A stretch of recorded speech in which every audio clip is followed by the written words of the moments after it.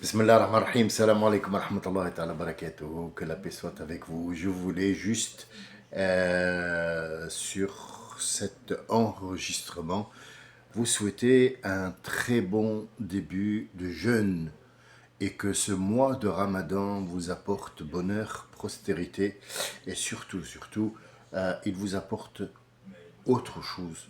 Ça veut dire une satisfaction intérieure. J'ai juste deux conseils peut-être à vous donner. Alors concernant d'abord toujours cette histoire de nuit de doute, il n'y a jamais eu dans l'islam de nuit de doute. Ça n'existe pas. Man shahada minkum ash-shahr falyasumhu. Man shahida minkum ash-shahr. Celui d'entre vous qui a vu et qui a témoigné de sa vision envers ce croissant de lune, qu'il commence son jeûne et bien sûr, il va alerter les autres. Maintenant, aujourd'hui, avec des trucs sophistiqués, on n'arrive pas à savoir est-ce que c'est aujourd'hui, est-ce que c'est demain. Il y a trop d'enjeux dans l'histoire. Il y a plusieurs choses, dont deux que je vais évoquer, qui sont malheureusement visibles à l'œil nu. C'est que les pays veulent absolument avoir l'Arabie saoudite comme étant guide suprême. Malheureusement, nous savons que dans si vous voulez, les données GPS, nous ne sommes pas sur le même axe de l'Arabie saoudite. Ça veut dire que même si on prenait l'Arabie saoudite comme étant le calife ou le guide suprême de l'islam, on ne pourrait pas avoir le même temps de jeûne que eux, puisqu'on se base sur la longitude, non pas l'altitude, mais la longitude. Ça veut dire les lignes qui descendent du pôle Nord jusqu'au pôle Sud. Nous avons 4 heures et demie de décalage, voire 5 heures, ça dépend de décalage entre nous. Donc 5 heures, ça fait que si par exemple l'Arabie saoudite est aujourd'hui au Ramadan, nous, notre Ramadan commencera demain à midi. Par exemple, c'est un exemple que je vous donne. Hein. Attention, je ne suis pas en train de vous donner des points exacts et machin. Donc, le fait de s'aligner sur l'Arabie saoudite ne vous reconnaît pas comme étant un peuple qui lui appartient ou qui lui fait allégeance. L'Arabie saoudite, ça veut dire elle appartient à la famille Saoud. Donc, pour moi, c'est pas elle qui est sacrée, c'est la Kaaba, c'est le Din, c'est le Coran, cela, le tombeau du prophète, ça, oui. Malheureusement, ils ont mis un roi là-bas. Le prophète est venu pour combattre tout ce qui est royaume et dictature. Ils ont remis un roi. Donc pour moi, je ne suivrai pas ce roi-là parce que je ne le connais pas. Moi, je vis en France. Et en France, normalement, il y a quelqu'un qui est responsable pour le culte musulman qui vit en France et qui donne des ordres. Double malheureusement, et il va s'aligner sur l'Arabie saoudite, donc on n'a rien fait, donc on revient sur tout ce qu'on a dit. Voilà la preuve qu'on est dans le déni total. Bien. Alors, est-ce qu'il y a du mal à commencer demain le Ramadan? Non, il n'y a aucun mal. J'aurais pu commencer même il y a 3 jours, 10 jours. On a 10 jours en avant où on pouvait s'entraîner pour le Ramadan parce que les 3 jours sont difficiles.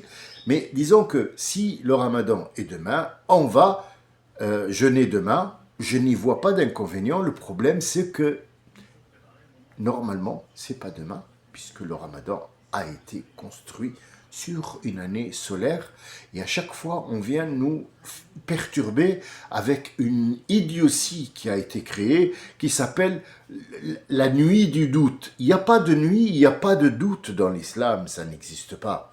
Mais disons que je suis là pour vous souhaiter, Inch'Allah, un bon jeûne qui va vous soigner peut-être et qui va vous apporter satisfaction intérieure. Deuxième truc, ne faites pas trop de dépenses. Ne faites pas trop de chichi et ne vous gavez pas avec de la graisse parce que le mois de jeûne est fait pour enlever toute cette graisse sachez que si c'est demain, le ramadan, demain matin, il n'y aura aucun djinn et aucun shaitan sur la terre en train d'exercer. Ils seront confinés dans leur monde, ils n'auront aucun accès au nôtre. C'est une promesse de Dieu. Donc s'il y a des shayatines, ça ne peut être que nous. Ramadan, c'est pour le calme. Donc je vous donne rendez-vous tous les jours, peut-être pas le matin. Le Ramadan, les gens, le matin, il ne faut pas trop lui parler. Je comprends. Donc notre rendez-vous sera toujours l'après-midi, avant l'iftar, d'une heure, voire 1 heure et demie. Je ferai une intervention qui ne changera pas. Le jeûne ne changera pas grand-chose à la vie, sauf que nous sommes en train d'essayer de comprendre. Et je pense que dans ce mois, parce qu'il n'y aura pas la susurre du shaitan qui est à côté de toi quand tu m'écoutes et qui te dit qu'est-ce qu'il raconte ce fou. Donc peut-être que il y aura plus de compréhension, on abordera plusieurs sujets. J'arrête les prophètes, j'arrête la prophétie, j'arrête tout ça parce qu'on reprendra après le ramadan, Inch'Allah, tout ça.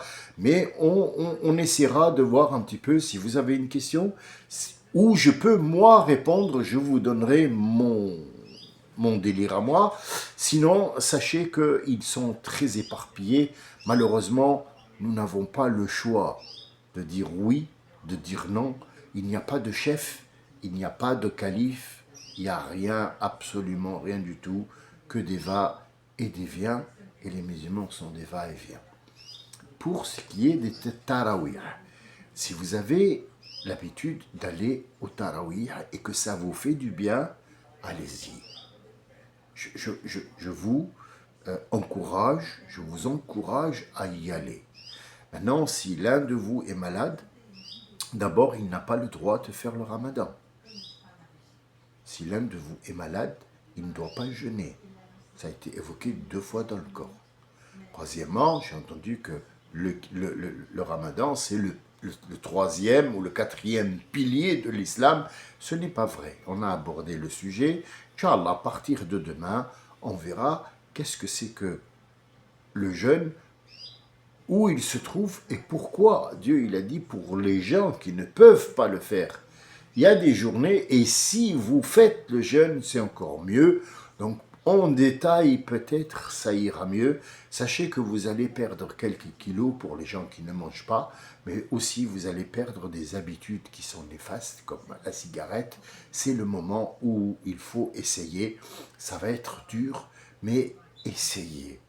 Celui qui va essayer jusqu'à la fin de la journée pour faire son jeûne, mais malheureusement, il n'y arrive pas. On n'a pas tous la force du caractère et la force de la volonté. J'ai essayé, mais je ne suis pas arrivé. Ne croyez pas que ce n'est pas compté. C'est compté, malheureusement. On va essayer de minimiser. Pour les gens qui ne font pas le ramadan parce qu'ils ont une cause. Moi, par exemple, au début, là, presque au début du ramadan, j'aurai une intervention encore pour enlever le drain qui est relié à mon rein et qui est dans la vessie. Donc, ils vont le faire sous anesthésie de toute façon. Donc, il me faudra boire de l'eau pendant 3 jours pour évacuer tous les cristaux. Je n'ai pas le choix. Je tiens à récupérer ces 3 jours après le ramadan parce que c'est moi qui le veux. Il n'y a personne qui m'oblige. Je pourrais faire nourrir des gens. Je voulais vous dire une rigolade, mais s'il vous plaît, je veux vous demander de la prendre comme étant une plaisanterie, pas une critique. C'est dingue, parce que j'étais tout à l'heure assis, j'entendais un petit peu, j'étais en train sur l'ordinateur pour voir un petit peu la date exacte du commencement. Sachez que vous commencez le ramadan dans le pays où vous êtes. Et sachez que, par exemple, moi, je vais visiter quelqu'un. Ce quelqu'un, disons que je vais visiter mon ami X ou Y, qui n'est pas né dans l'islam, qui ne sait pas parler en arabe, qui va à la mosquée pour faire la prière. Moi, je suis invité chez lui pendant la journée, la semaine, 2 jours, un jour, une demi-journée, et il y a une salette qui s'annonce. Enfin, peu importe. Là, au moment où je suis arrivé chez lui, il y avait une salette. Je n'ai pas le droit, moi, étant comme quoi, l'arabe, parce que il connaît le Coran, allez, bon, allez, viens. Non, non, non, non, non, non, t'as pas le droit. Tu n'as pas le droit. C'est le monsieur qui possède cette maison et dont tu es l'invité. Tu es l'invité. Donc tu n'as absolument aucun, mais alors aucun droit sur cette maison. Même s'il ne parle pas l'arabe et il se tient, il fait sa prière comme il l'a fait, c'est lui qui va faire l'imam et faire la prière et toi tu seras derrière lui parce que c'est chez lui. Regardez Dieu comment il te donne de la valeur chez toi. T'as pas à dire, ah, moi je parle pas en arabe, vas-y toi, parce que... Non, non, c'est toi qui fais la prière, moi j'ai pas à la faire chez toi. Moi je suis ton invité. Je peux être shir, je peux être diplômé des arts et des lettres de tout l'islam du monde. C'est toi qui fais la prière chez toi, c'est toi qui décides qu'est-ce que la personne mange chez toi. Et s'il n'est pas content, il dégage parce que j'ai eu l'expérience. Et j'ai eu l'expérience d'inviter des gens pour que ça fasse ce lien entre nous. Allez, venez chez moi pour manger. La plupart, ouais, mais on ne mange pas le tunisien, nous, parce que c'est très mal poli, c'est très mal vu, et ça coupe les liens. Ça coupe énormément les liens. Malheureusement, ce sont des traditions. Le Tunisien ne mangera pas si c'est rouge. L'Algérien ne mangera pas si c'est rouge. Et le Marocain, si c'est pas un sale sucré salé, il ne mangera pas. De toute façon, le Marocain prend le café. Et le seul qui pratique vraiment le jeûne, qui pratique le jeûne dans son intégrité totale, c'est le Marocain, puisque au moment de El-Iftar, il prend le petit déjeuner. Il va à la mosquée, il fait la tarawih ou il fait la salette qu'il fait, puis après il revient, il prend le déjeuner et avant l'aube d'un petit peu, il prend son dîner qui fera guise de patience jusqu'à le petit déjeuner. C'est le seul qui le fait convenablement parce que tout dans le ramadan prend un autre sens. Ça veut dire qu'on va le faire à l'envers parce que le corps ne va pas comprendre et il ne va plus entasser la graisse, mais il va puiser dans cette graisse-là. Donc si vous ne pouvez pas le faire, vous n'êtes pas obligé de le faire. Et si vous pouvez, ou vous avez la force de le faire, malgré que vous ne l'avez jamais fait et que il y a un désagrément concernant les fumeurs ou ceux qui sont malades, par exemple, ils sont diabétiques, ils doivent boire et manger un petit peu de sucre. Ils ne sont pas obligés, mais les autres, ils peuvent essayer. Essayer, ça ne mange pas de pain. Si on ne peut pas, on ne peut pas. Si on peut, on peut. On ne va pas en faire une histoire de tu vas aller en enfer, parce que, comme je vous ai dit, à partir de demain, Inch'Allah, nous ouvrirons un chapitre. Qu'est-ce que les gens ont fait du haram? Qu'est-ce qu'ils en ont fait? Quelles sont les ventes? Quelle est l'arnaque qui se pose sur le haram et le halal? Est-ce qu'on l'a compris? Est-ce qu'on ne l'a pas compris? Je pourrais discuter avec vous pour vous donner au moins des choses où vous ne vous sentirez pas dans style le gars, il va lui dire ouais, ça y est, tu vas aller en enfer. Il y a eu une histoire comme ça, il y avait un gars qui, bon, bah c'est un mythe, hein, on est bien d'accord, c'est une histoire qui n'a pas de fondation, mais que les musulmans en entier reprennent et reprennent et reprennent parce qu'elle apporte une vérité. Et il existe aussi chez les Hébreux, hein. Les Hébreux, les gens de Ben Israël existent aussi. C'est le même scénario, sauf que c'est dans un autre contexte. Dieu ne les a pas laissés eux la raconter, mais c'est notre prophète qui ne l'a raconté par rapport à eux. C'est un pieux et un pas pieux. Et le pieux, il a dit à l'autre, comment ça, tu viens pas faire ton truc à la synagogue, tu vas aller en enfer. Et l'autre, il lui a dit, laisse-moi tranquille avec mon enfer. Si toi, tu as décidé que moi, je vais en enfer, eh ben, j'irai en enfer, mais il faut juste me laisser tranquille. Parce que je pense que tu n'as ni droit sur l'enfer, ni sur le paradis. Ils sont morts tous les deux à la seconde, et ils ont été envoyés tous les deux pour les rendements de compte. Allah, il a dit à ce monsieur qui était pieux, soi-disant, et qui ne sortait pas de la synagogue, il lui a dit, toi, tu iras en enfer, et toi, va au paradis. Question de notre prophète qui était présent, comment, et à Rabbi, ce jugement, pour que je puisse le comprendre, pour le donner à mes gens, à ma Oma, à mon peuple. Il faut que les gens sachent pourquoi. Lui a dit, ce monsieur qui est pieux a pris ma place. C'est lui qui a commandé à ma place à moi. Il ne sait pas. Il n'a pas de savoir. Il n'a que le savoir visible. L'invisible ne peut pas le savoir. Donc il a pris ma place et il a jugé que ce monsieur-là était parmi ceux qui allaient être punis.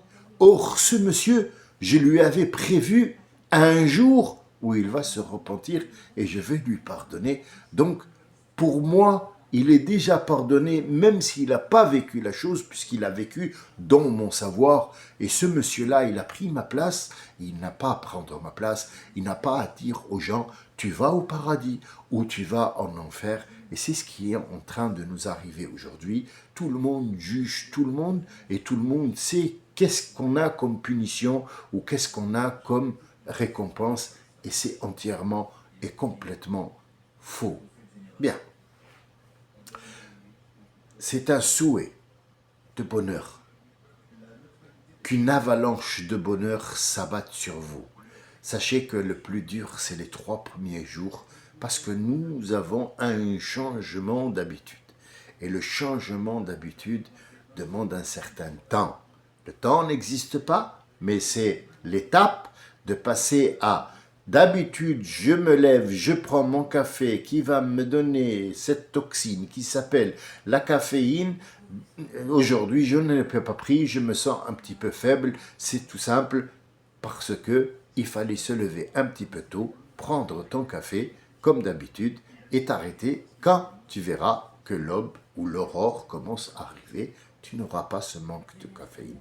C'est juste une histoire d'organisation, mais les 3 jours seront difficiles. J'espère que Allah Azzawajal l'enlèvera. Pour moi, je n'ai aucun problème qui commence demain, après-demain, l'année dernière, l'année d'après. C'est un bonheur, je l'attends avec impatience. Et pour moi, une fois qu'on me dit demain, c'est demain. Mais il faut que je vous dise quelque chose qui est très important. Quand tu vas faire la prière, il faut absolument faire les ablutions. Pour les quelques-uns que je connais, je vais leur donner 2 conseils. Le premier, dans la salette, s'il n'y a pas al-iqama, ta salette n'est pas valable.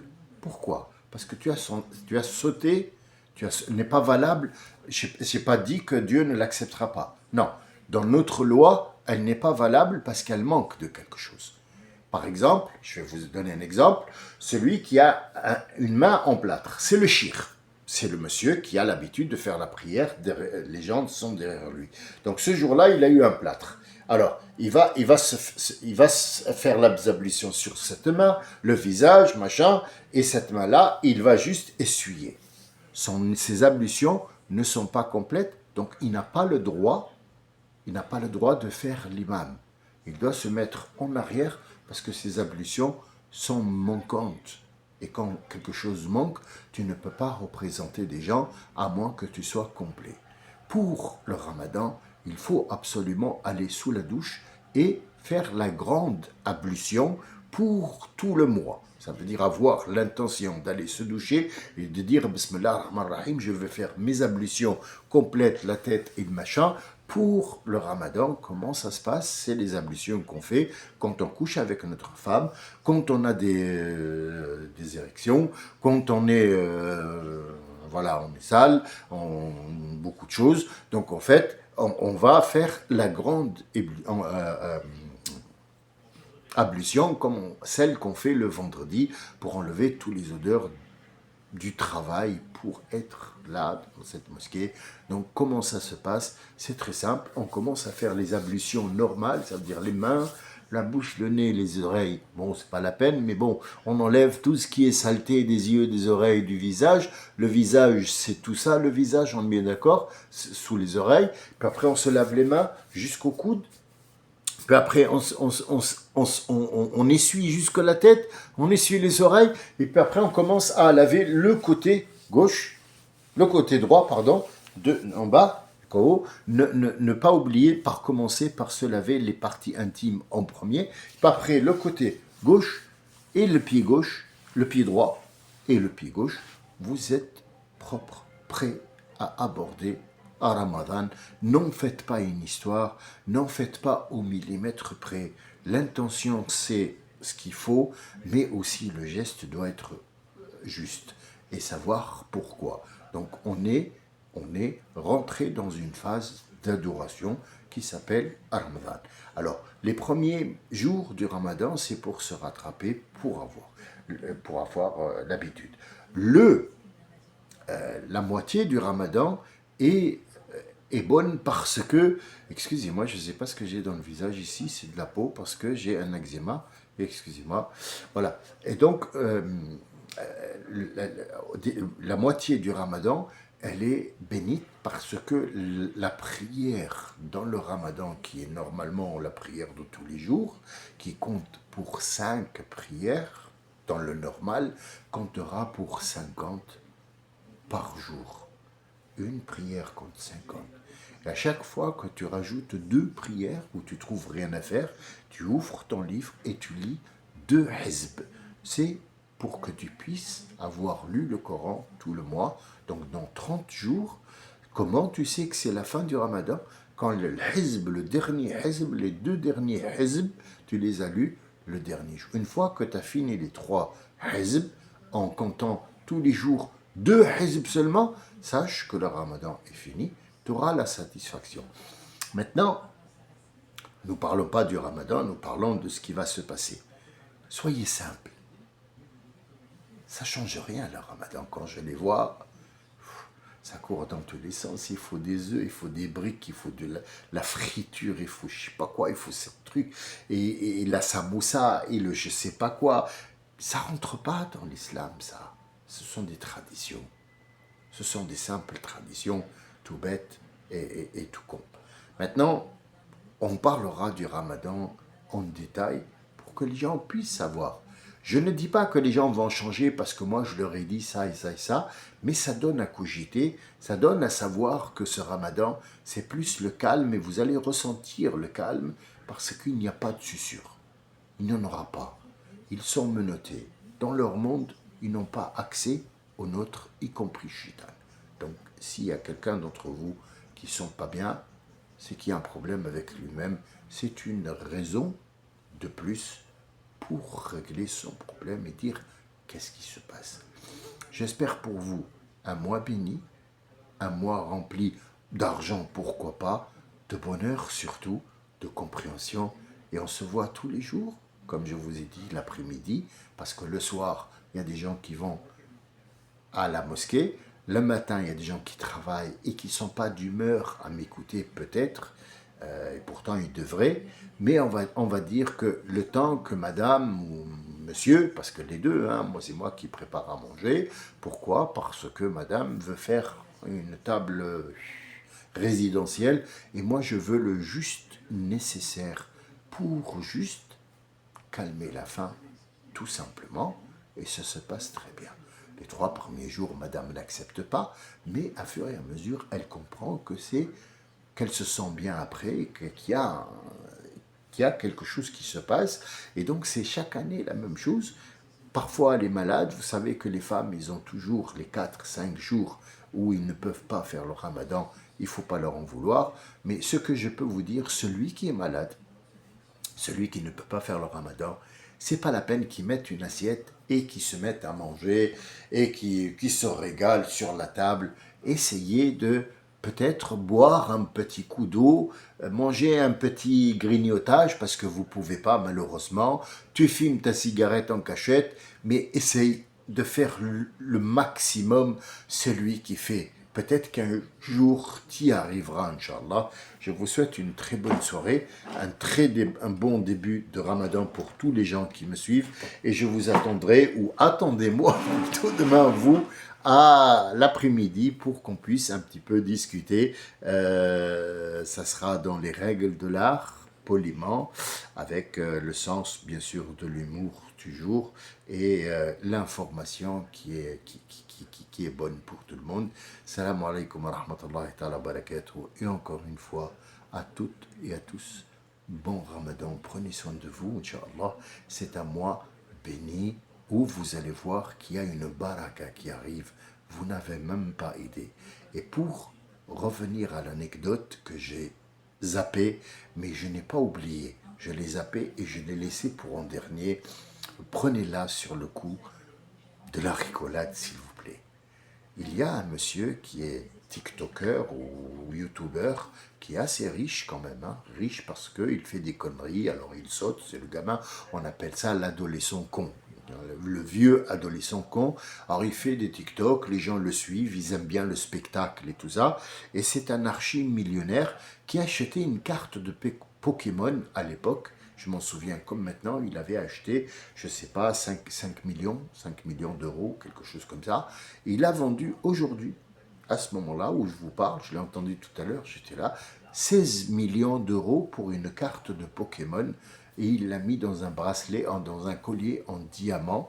Donc, et il l'a vendu. Et le gars lui a fait une commande sur un bout de T-Rex. Il est prêt à acheter un bout de T-Rex et payer 20 millions. Je vous rappelle que Sami Ramoni, qui est ma personne, a voulu aider quelqu'un qui a été aidé, je vous rassure, qui a été aidé, c'est pas grand-chose, c'était 2700 et quelques. Bien, on a rassemblé 100 euros. C'était pour la plaisanterie. Vous voyez, on est loin. Très, très, très loin d'être musulman. Alors au moins, essayons de faire un ramadan qui est digne de nous, qui est digne d'être dans ton compte en banque le jour du jugement dernier, parce que le ramadan, Allah dit à son sujet, As-siyam, le jeûne, li, pour moi. Il ne fait pas partie de l'islam, c'est pour moi. As-siyam li, pour moi. Wa ana ujzi bihi. C'est moi qui récompense avec le jeûne. Le jeûne n'est pas dans un pilier et c'est pas un pilier. Mais c'est un bienfait fou pour l'être humain que je vous conseille. Salam alaikum wa rahmatullahi.